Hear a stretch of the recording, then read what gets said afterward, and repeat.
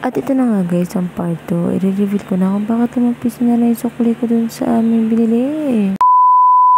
So ito na nga guys, nagmuni-muni ako guys kasi naghanap ako ng dahilan kung ano sasabihin ko sa josawa ko para makabili kami ng washing. So ayan, napag-isipan ko kung anong mga diskarte ang dapat kong gawin. Kaya ayan, tara, samahan nyo akong utuin yung asawa ko para makabili kami ng washing. Tara guys, samahan nyo kami. At nandito nga tayo sa FC Homes and Appliances guys. Dito yan sa may 10th Avenue, Caloocan City guys. Katabi ng supermarket na Ever guys. So ayan, nag-ikot-ikot kami guys at marami kami nakita mga appliances dito. Washing, dryer, meron ding automatic, merong ref, merong aircon at marami pang iba guys. Kaya ihanda nyo na yung 13 month nyo guys dahil meron ditong sale sa December guys. Ako sisiguraduhin ko sa inyo pag pumasok kayo dito, hindi kayo lalabas na walang bitbit.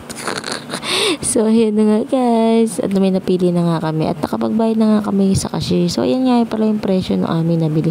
6,995 siya guys. Kaya nga may sukli kaping 5 piso pa guys. O, diba? Na rin naman masama na may sukli, diba guys? At least may sukli. So, ayan. After namin dito sa FC Homes, dito naman kami sa Mercury nagtuloy. May binili lang kami ng konting kulang dun sa mga gamit ni Kobe, toothpaste, and pulbos. Tapos, meron pa kami binili mga gamot-gamot na kaunti. Tapos, after namin sa Mercury guys, naganap na nga kami ng mga tricycle na pwede namin arkilahin. So, yun nga si Kuya. Nag-volunteer nga po siya na siya na lang pong maghahatid sa amin. And pumayag naman siya na 150 po yung babayaran namin sa kanya. Kasi ako lang naman po ang sasakay. At saka po yung twin tab namin. Hindi naman po masyadong mabigat yung twin tab namin. Kaya-kaya ko nga pong buhatin eh. Reels. So yun na nga guys, so punta na nga kami dito sa amin at dito na nga kami sa Tamban Street guys, malapit na kami sa amin guys, excited na talaga ako guys. Nagpapasalamat nga pala ako dun sa aking josawa na pumayag na bumili kami ng twin tab na washing, ayan, at may magagamit na ako para hindi na sumakit yung aking kamay, o diba, napaka-sweet talaga.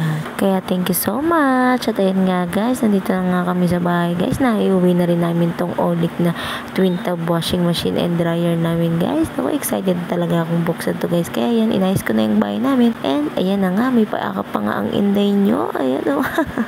Tuwan-tuwa ang lola mo kasi syempre nakabili kami ng washing machine. And super thankful naman ako sa josawa ko na super supportive naman sa akin. Syempre para hindi na daw ako mahirapat na maglaba at hindi na ako magsugat-sugat ng aking mga kamay. So ito na nga guys, unboxan natin yung aking washing machine. Ayan. O diba? Ang ganda, ang aesthetic lang tingnan. O brown and white po yan. Ayan, at may pahalik po nga ang inday nyo. Diyos ko Lord. At hindi na nga ako mapakali guys. Kaya yan, pwesto ko na siya sa kanyang budihang lagayan. At meron nga pala yung libre guys. Ayan, Olic din yan guys. Olic. Yan bagong tatak ngayon ng mga appliances guys. Olic. Ayan, electric kettle nga siya guys. Ayan, libre na yan guys. And kung bibili mo yan sa FC Homes, 500 yan guys. Kaya ayan, nakalibre kami. So yun lang guys. Thank you for watching. Lagi tandaan. Love tayo ni Lord. Bye!